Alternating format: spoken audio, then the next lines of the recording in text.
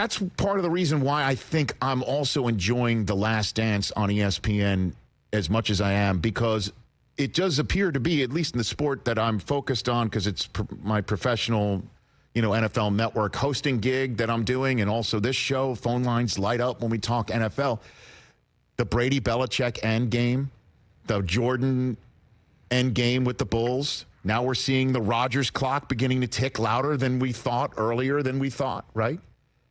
And every single time I see the flash forward to 1998, or they're in the final half season of The Last Dance, I'm thinking to myself, this is going to end different. It's got to end differently. Same way that I look at Michigan play North Carolina. The timeout's not coming. It's not coming. It can't come. How can it come? And every single time I'm like, oh my God, they're going to break this team up. How do they break this team up? Yeah. How do they break up a team that is playing like this, even with Dennis Rodman doing what he's doing? By the way, a great Carmen Electra appearance last night. Didn't see that one coming. Man, oh my gosh. Man.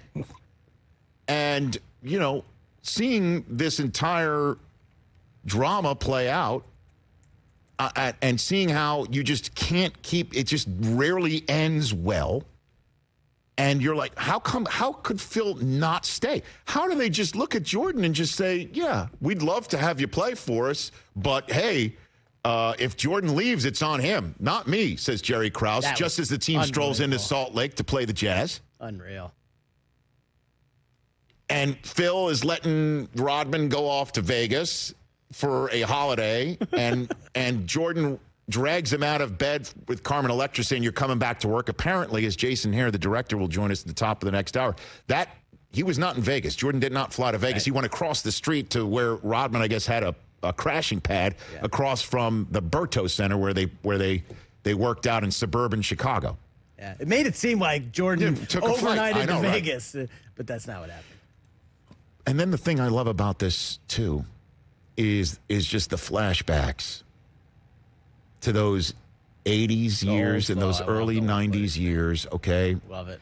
When I was in college at the University of Michigan from 86 to 90, and I hated the Pistons. I hated the bad boys with every fiber of my being, and so many of my fraternity brothers and so many of my friends on campus were just out of their minds with just glee at how the Pistons were playing and how well they were performing and winning championships while I was on campus. And I hated them. And when Jordan said last night that he still hates the bad boy Pistons, I looked at Susie and I'm like, me too. I hated them. When every single time they would foul people and they would just shove them in the back, and Rodman was one of them, and just Mahorn. But I had particular animus for Bill Laimbeer, and to this day I do. And when Laimbeer said when Laimbeer apparently, according to Isiah Thomas, said, let's not shake their hands after the Bulls finally get past the Pistons, and Jordan points out how we shook their hands 2 years running, and they hated doing it, but they still did it. And Jason Hare, the great job by him to show the video to Jordan. This is what Isiah Thomas had to say. And by the way, one of the things I want to ask Jason is what sort of conversations he had with the ESPN brass, who I tip the cap to let them work blue, not bleep it out. It's just dynamite. It's way better. But Jordan's response to Isiah was just like, I don't care what he has to say. Yeah. And I'm sitting there saying, yes, because Isiah, all those bad boys years, he skated because he had a wonderful smile and a great way about him. And he was just as bad as the rest of them. And I hated him too, which is why when the Knicks and James Dolan went in his direction and said, please fix us after you ruined the CBA, he couldn't quit him. Honestly, it's like, why not hire Reggie Miller, who I hated just as much? You want to talk about the most hated players a Knicks fan could have from that era? It would be Reggie Miller, because obviously what he did, it's not anything else. You just ripped our hearts out and showed it to us pumping. Hated him, hated McHale, and I hated Isiah Thomas. All of them. But you couldn't hate Jordan because he was just above it, because he was just that great. So Isiah Thomas had this to say on ESPN today, because I guess it took him aback to see how Jordan still had an animus towards him and the bad boys today, and still held a grudge about not getting his hand shook. after finally beating the Pistons. This is what he had to say. Tried to do everything correctly, and I thought I should have made that dream team. However, I wasn't a part of it. That hurt me.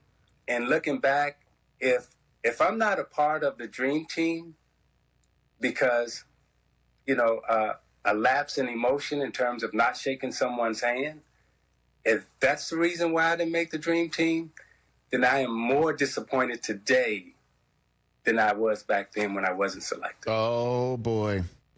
Yeah, sorry, bro. You've ever heard the phrase, it's not you, it's me? You ever heard that phrase, it's not you, it's me? Hey, let me ask you this question. Okay. Who is the coach of the 1992 Dream Team? Chuck Daly. Ah! Yeah.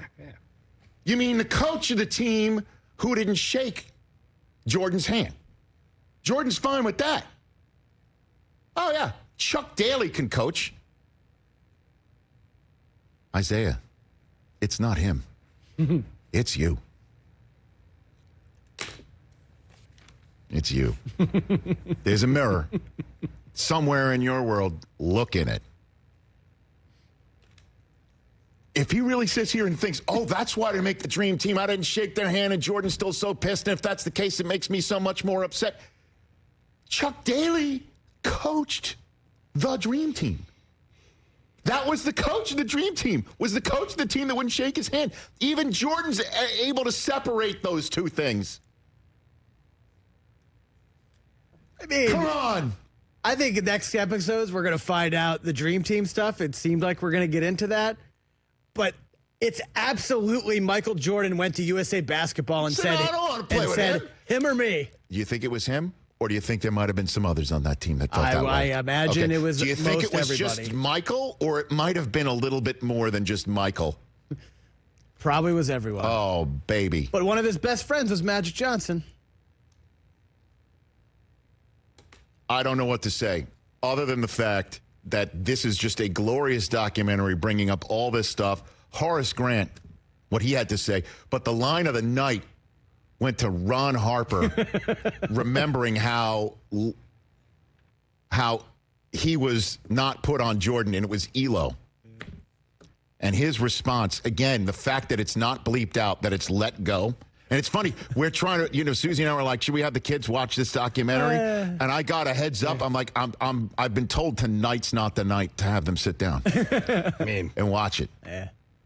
They could watch the censored version, I guess. They watched Despicable Me, too, instead. Oh. And by the way, in terms of Jordan's, speaking of Despicable Me, he said that he was not going to come across very well. We're 4 episodes in. I'm not feeling that. Yeah, I'm okay with it. Not yet. Yeah. Not yet. Great stuff, man. I love it. Hey, you watched all the way to the end. Thanks for that. Watch more right here.